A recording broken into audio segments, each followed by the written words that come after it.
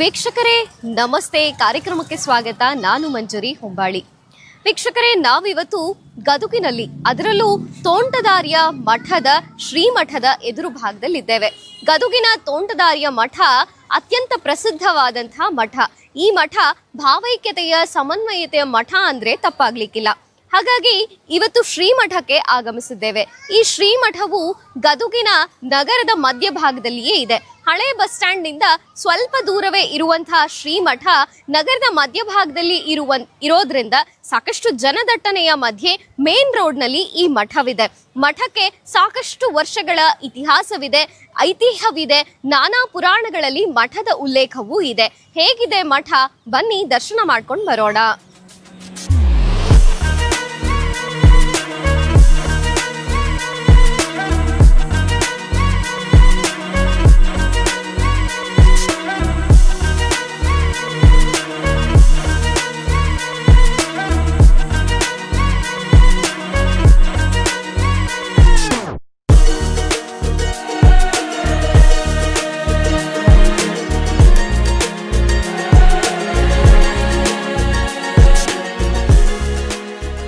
ತೋಂಟದಾರ್ಯ ಮಠಕ್ಕೆ ಆಗಮಿಸಿದಂತೆಯೇ ಈ ಒಂದು ದಾರಿಯಲ್ಲಿ ಬರುವಾಗ ಬಲಗಡೆಯ ಭಾಗದಲ್ಲಿ ಒಂದು ಅದ್ಭುತವಾದಂತಹ ಅನುಭವ ಮಂಟಪವನ್ನ ಕಾಣ್ತೇವೆ. ಈ ಅನುಭವ ಮಂಟಪ ಹಿಂದೆ ಇದ್ದಂತಹ ಸ್ವಾಮಿಗಳು ಡಾಕ್ಟರ್ ತೋಂಟದ ಸಿದ್ಧಲಿಂಗ ಸ್ವಾಮಿಗಳವರ ಹೆಸರಿನಲ್ಲಿಯೇ ಈ ಅನುಭವ ಮಂಟಪವನ್ನ ನಿರ್ಮಾಣ ಮಾಡಲಾಗಿದೆ. ಒಳಗಂತೂ ಅದ್ಭುತವಾದಂತಹ ಕಲಾಕೃತಿಗಳು, ಮ್ಯೂಸಿಯಂ ರೀತಿಯಲ್ಲಿ ಈ ಅನುಭವ ಮಂಟಪವನ್ನ ನಿರ್ಮಾಣ ಮಾಡಲಾಗಿದೆ. ಬಸವಣ್ಣನ ಕಾಲದಲ್ಲಿ ಇದ್ದಂತಹ ಅನುಭವದ ಮಂಟಪದ ರೀತಿಯಲ್ಲಿಯೇ ಎಲ್ಲ ವಚನಕಾರರನ್ನ ಅಲ್ಲಿ ಕೆತ್ತಲಾಗಿದೆ. ಆ ಕೆತ್ತನೆಗಳನ್ನ ಸಹ ನಾವು ಒಳಗಡೆ ಗಮನಿಸಬಹುದು. ಜೊತೆಗೆ ಈ ಒಂದು ಅನುಭವ ಮಂಟಪದಲ್ಲಿ ಬೇರೆ ಬೇರೆ ಕಾಲಘಟ್ಟದ ವಚನಕಾರರು ಅವರು ಹೇಗಿದ್ರು ಮತ್ತು ಯಾವ ವೃತ್ತಿಯನ್ನ ಮಾಡಿಕೊಂಡು ವಚನಗಳನ್ನ ನಿರ್ಮಾಣ ಮಾಡಿದ್ರು, ಕನ್ನಡ ಸಾಹಿತ್ಯ ಲೋಕಕ್ಕೆ ಎಷ್ಟು ಅದ್ಭುತವಾದಂತಹ ಕೊಡುಗೆಯನ್ನ ವಚನಕಾರರು ಕೊಟ್ರು, ಅದನ್ನೆಲ್ಲವನ್ನೂ ಕೂಡ ನಾವು ಇಲ್ಲಿ ಈ ಕೆತ್ತನೆಗಳ ಮೂಲಕ, ಅದ್ಭುತವಾದಂತಹ ಕಲಾಕೃತಿಗಳ ಮೂಲಕ ಈ ಮ್ಯೂಸಿಯಂನಲ್ಲಿ ಕಾಣಬಹುದು. ನಿಜಕ್ಕೂ ಇದನ್ನ ಮ್ಯೂಸಿಯಂ ಅಂತ ಕರೆಯೋಕ್ಕಿಂತ ಅನುಭವ ಮಂಟಪ ಅಂತಾನೆ ಕರಿಬೇಕು. ಯಾಕೆ ಕರಿಬೇಕು? ಹೇಗಿದೆ ನಮ್ಮ ಅನುಭವ ಮಂಟಪ? ಬನ್ನಿ ನೋಡ್ಕೊಂಡು ಬರೋಣ.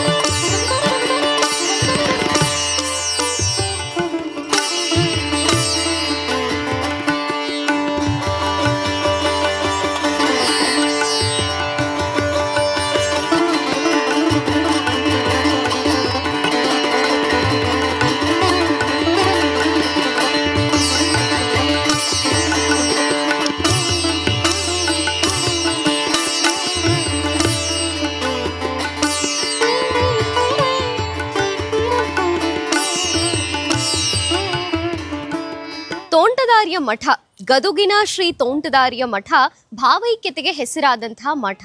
ಜೊತೆಗೆ ಇಲ್ಲಿ ಸರ್ವಧರ್ಮದ ಸಮನ್ವಯತೆಗಾಗಿ ಹಿಂದೆ ಇದ್ದಂತಹ ಡಾಕ್ಟರ್ ತೋಂಟದ ಸಿದ್ಧಲಿಂಗ ಮಹಾಸ್ವಾಮಿಗಳವರಿಗೆ ಪ್ರಶಸ್ತಿಯೂ ಸಹ ಲಭಿಸಿತ್ತು. ಈ ಮಠಕ್ಕೆ ಎಲ್ಲ ಜಾತಿಯ, ಎಲ್ಲ ವರ್ಗದ, ಎಲ್ಲ ಮತದ ಭಕ್ತರು ಕೂಡ ಆಗಮಿಸ್ತಾರೆ. ಇಲ್ಲಿ ನಡೆಯುವಂತಹ ಸೋಮವಾರದ ಶಿವಾನುಭವ ಅತ್ಯಂತ ಸುಪ್ರಸಿದ್ಧ. ಶಿವಾನುಭವದಲ್ಲಿ ಪ್ರತಿ ಶಿವಾನುಭವದಲ್ಲಿಯೂ ಕೂಡ ಸೋಮವಾರ ಸಂಜೆ ನಡೆಯುವಂತಹ ಈ ಕಾರ್ಯಕ್ರಮದಲ್ಲಿ ಪ್ರತಿ ಸೋಮವಾರವೂ ಕೂಡ ಒಂದೊಂದು ವಿಷಯದ ಬಗ್ಗೆ ಚಿಂತನೆಯನ್ನ ಕೊಡ್ಲಾಗುತ್ತೆ. ಬೇರೆ ಬೇರೆ ಕಾರ್ಯಕ್ರಮಗಳನ್ನ, ಧಾರ್ಮಿಕ ಕಾರ್ಯಕ್ರಮಗಳನ್ನ, ಸಾಹಿತ್ಯಿಕ ಕಾರ್ಯಕ್ರಮಗಳನ್ನ, ಜೊತೆಗೆ ಸಂಗೀತದ ಕಾರ್ಯಕ್ರಮಗಳನ್ನ ಹಮ್ಮಿಕೊಂಡು ಈ ಶಿವಾನುಭವವನ್ನ ಅತ್ಯಂತ ಯಶಸ್ವಿಯಾಗಿ ಇಷ್ಟು ವರ್ಷಗಳ ಕಾಲ ನಡೆಸಿಕೊಂಡು ಬರಲಾಗಿದೆ. ನಾವಿಲ್ಲಿ ನೋಡಬಹುದು, ಹಿಂದುಗಡೆ ಬೋರ್ಡ್ ನಲ್ಲಿದೆ 2760ನೆಯ ಶಿವಾನುಭವ ಈಗ ಜರುಗ್ತಿರುವಂತಹದ್ದು. ಇಷ್ಟು ಕಾಲ ನಿರಂತರವಾಗಿ ಇಷ್ಟು ಶಿವಾನುಭವಗಳನ್ನ ಸರಣಿಯಲ್ಲಿ ಮಾಡಿಕೊಂಡು ಬಂದಂತಹ ಇತಿಹಾಸ ಈ ಮಠಕ್ಕಿದೆ. ಬನ್ನಿ ದರ್ಶನವನ್ನ ಮಾಡೋಣ.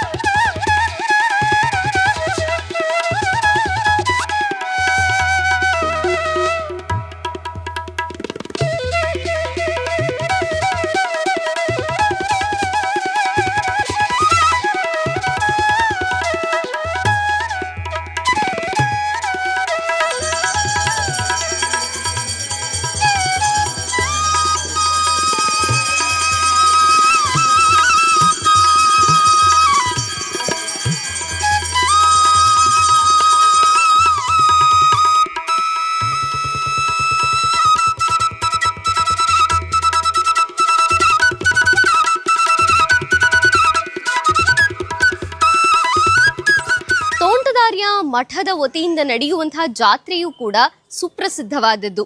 ಇದು ಭಾವೈಕ್ಯತೆಯ ಜಾತ್ರೆ ಎಂದೇ ಪ್ರಸಿದ್ಧಿ.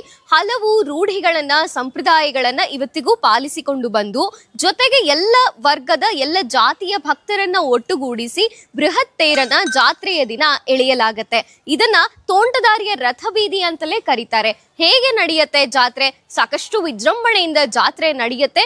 ನಾನಾ ಕಡೆಯಿಂದ ಭಕ್ತರು ಆಗಮಿಸಿ ತೋಂಟದಾರ್ಯ ಮಠಕ್ಕೆ ಅವತ್ತು ಸೇವೆಯನ್ನ ಸಲ್ಲಿಸಿ ಪೂಜೆಯನ್ನ ನೆರವೇರಿಸ್ತಾರೆ.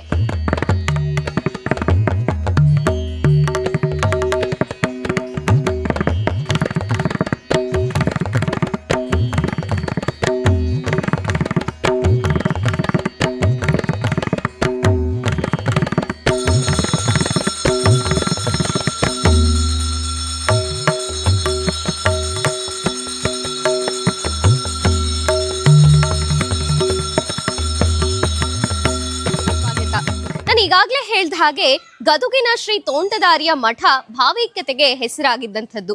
ಸ್ವಾಮಿಗಳು ಸಹ, ಹಿಂದಿನ ಡಾಕ್ಟರ್ ತೋಂಟದ ಸಿದ್ಧಲಿಂಗ ಸ್ವಾಮಿಗಳು ಸಹ ಪುಸ್ತಕದಲ್ಲಿ ಅಪಾರ ಪ್ರೀತಿಯನ್ನ ಹೊಂದಿದ್ರು. ಪುಸ್ತಕವನ್ನ ಮುದ್ರಣ ಮಾಡಿ ವೀರಶೈವ ಪರಂಪರೆಯ ಅನೇಕ ಮಹನೀಯರನ್ನ ನಾಡಿಗೆ ಪರಿಚಯಿಸುವ ದೃಷ್ಟಿಯಿಂದ ಪುಸ್ತಕ ಪ್ರೇಮವನ್ನ ಪ್ರಕಟಣೆ ಮಾಡಿದ್ರು. ಹಾಗಾಗಿ ಶ್ರೀಮಠದಿಂದ ಅನೇಕ ಪುಸ್ತಕಗಳು ಈಗಾಗಲೇ ಹೊರಬಂದಿವೆ.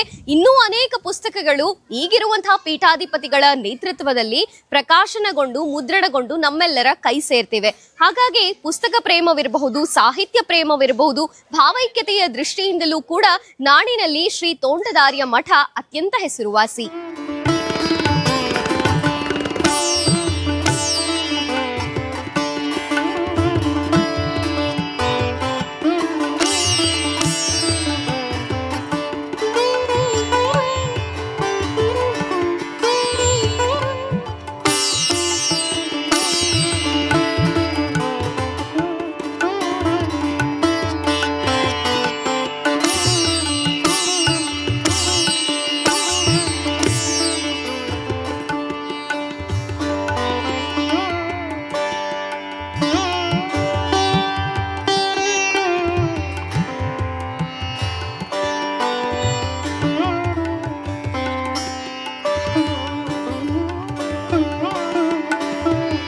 ನಮಸ್ತೆ ವೀಕ್ಷಕರೇ, ಪುಣ್ಯಕ್ಷೇತ್ರವಾದಂತಹ ಗದುಗಿನಲ್ಲಿ ಸುಪ್ರಸಿದ್ಧವಾದಂತಹ ತೋಂಟದಾರ್ಯ ಮಠದ ಪುಣ್ಯ ಭೂಮಿಯಲ್ಲಿ ನಾವಿದ್ದೇವೆ.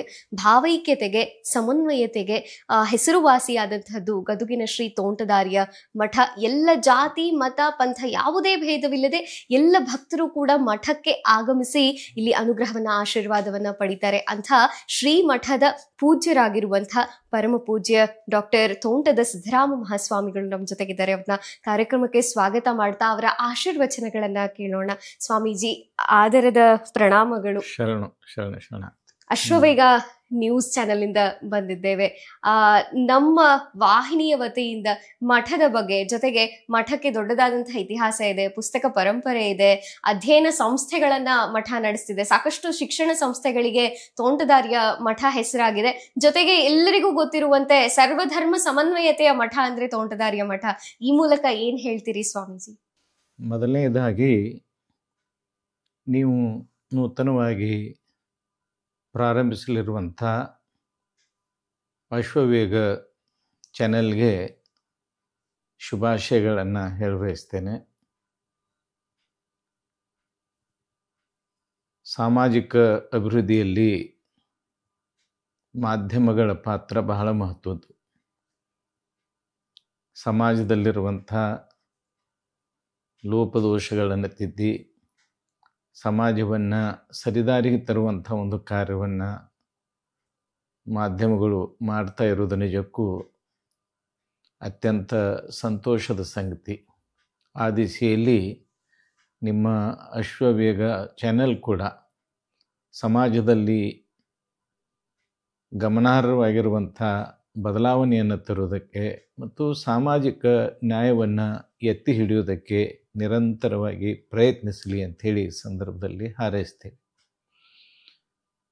ನಮ್ಮ ಗದಗಿನ ತೋಂಟದಾರ್ಯ ಮಠ ಸುಮಾರು 500 ವರ್ಷಗಳ ಇತಿಹಾಸವನ್ನು ಹೊಂದಿರುವಂಥ ಮಠ.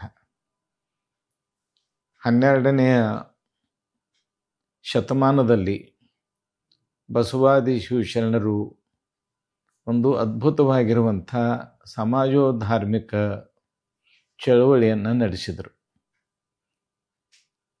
ಬಸವಣ್ಣನವರೇ ಆ ಕಾಲದಲ್ಲಿ ಅಂಥ ಒಂದು ಸಮಾಜೋಧಾರ್ಮಿಕ ಚಳವಳಿಗೆ ಪೂರಕವಾಗಿರುವಂಥ ಅನುಭವ ಮಂಟಪ ಅನ್ನುವಂಥ ಒಂದು ಸಂಸ್ಥೆಯನ್ನು ಕೂಡ ಪ್ರಾರಂಭ ಮಾಡಿದರು.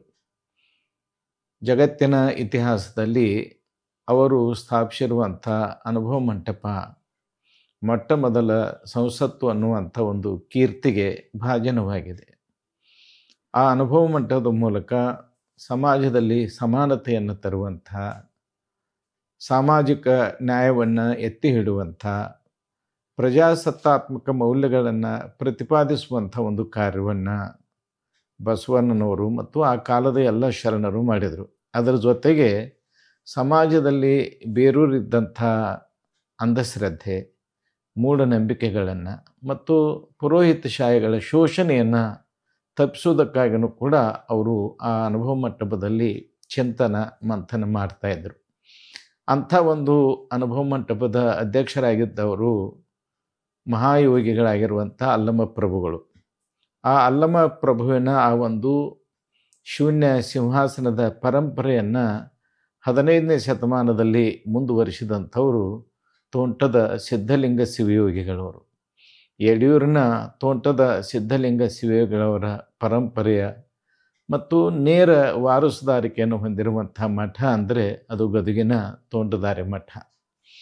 ಗದಗಿನ ತೋಂಟದಾರ್ಯ ಮಠದಲ್ಲಿ ಈವರೆಗೆ ಸುಮಾರು 19 ಜನ ಪೀಠಾಧಿಪತಿಗಳು ತೋಂಟದ ಸಿದ್ಧಲಿಂಗ ಶಿವಯೋಗಿಗಳವರನ್ನು ಮೊದಲು ಮಾಡಿಕೊಂಡು ಇತ್ತೀಚೆ ಲಿಂಗೈಕ್ಯರಾಗಿರುವಂಥ ನಮ್ಮ ಗುರುಗಳಾಗಿರುವಂಥ ಜಗದ್ಗುರು ಡಾಕ್ಟರ್ ತೋಂಟದ ಸಿದ್ಧಲಿಂಗ ಮಹಾಸ್ವಾಮಿಗಳವರವರೆಗೆ 19 ಜನ ಪೀಠಾಧಿಪತಿಗಳು ಆಗಿ ಹೋಗಿದ್ದಾರೆ. ನಮ್ಮ ಜಗದ್ಗುರು ಡಾಕ್ಟರ್ ತೋಂಟದ ಸಿದ್ಧಲಿಂಗ ಮಹಾಸ್ವಾಮಿಗಳವರು ವೈಚಾರಿಕ ಪ್ರಜ್ಞೆಗೆ ಹೆಸರಾಗಿರುವಂಥವರು. ಹಾಗಾಗಿ ಮಠವನ್ನು ವೈಚಾರಿಕ ಮಠವನ್ನಾಗಿ ರೂಪಿಸಿದಂಥವರು. ಈ ಮಠದ ಮೂಲಕ ವಿಶೇಷವಾಗಿ ಸಾಮಾಜಿಕ ನ್ಯಾಯವನ್ನು ಎತ್ತಿ ಹಿಡುವಂಥ ಕೆಲಸ ಮಾಡಿದ್ದಾರೆ.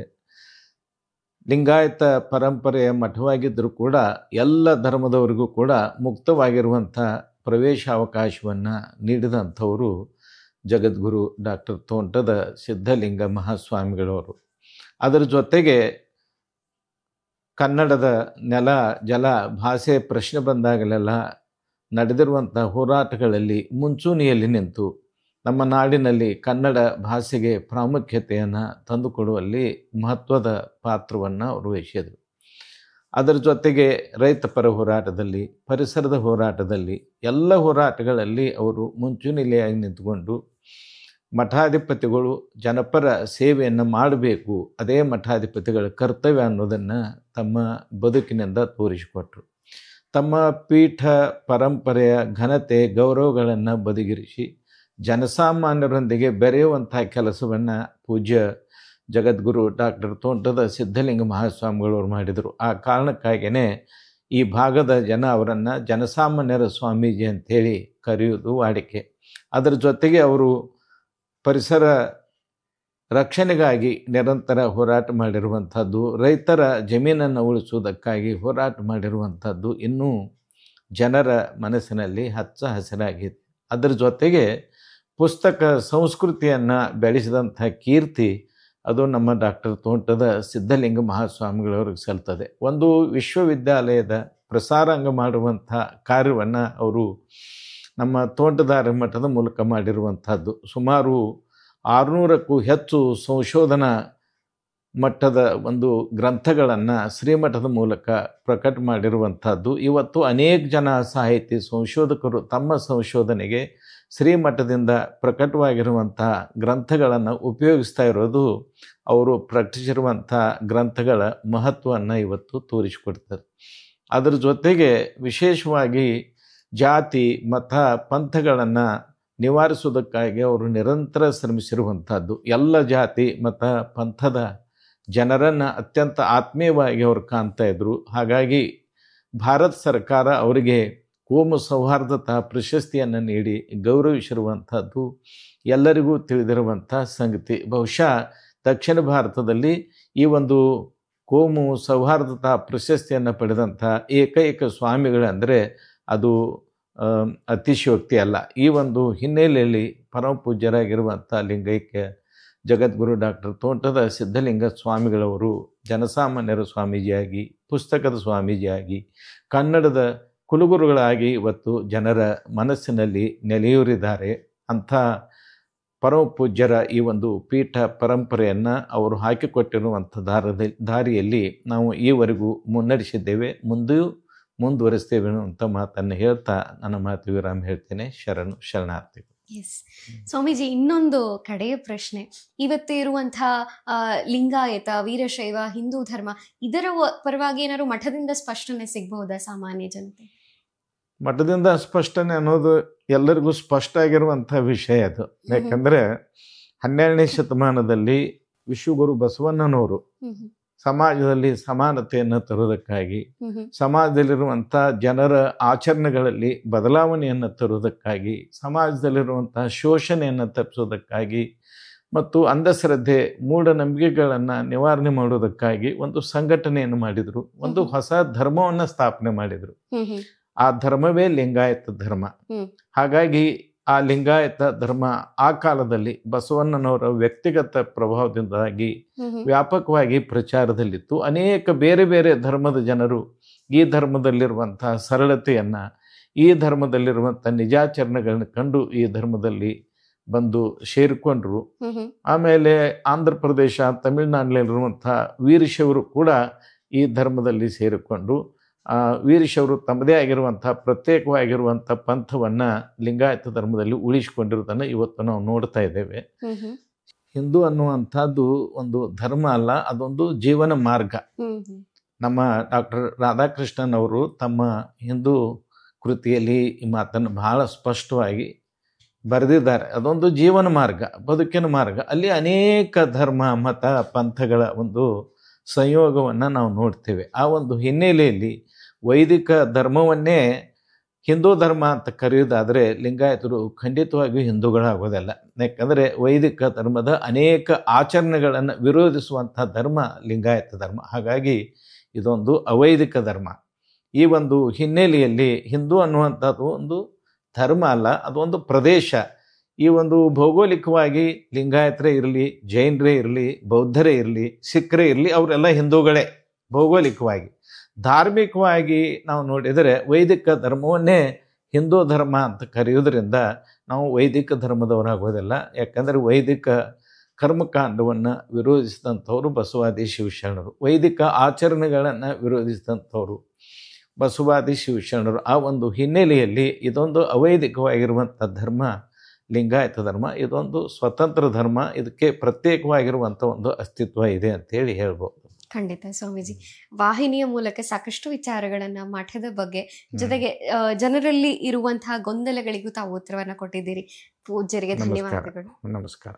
ಸಾಮಾಜಿಕ ಬದಲಾವಣೆಗಳಲ್ಲಿಯೂ ಸಾಹಿತ್ಯ ಪ್ರೀತಿಯಲ್ಲಿಯೂ ಕನ್ನಡ ಸಾಹಿತ್ಯಕ್ಕೆ ನೀಡಿದಂತಹ ಕೊಡುಗೆಯಲ್ಲಿಯೂ ಅಷ್ಟೇ ಯಾಕೆ ಭಾವೈಕ್ಯತೆಯ ಸಮನ್ವತೆಯಲ್ಲಿಯೂ ಕೂಡ ತೋಂಟದಾರ್ಯ ಮಠ ಜಗತ್ ಪ್ರಸಿದ್ಧಿ.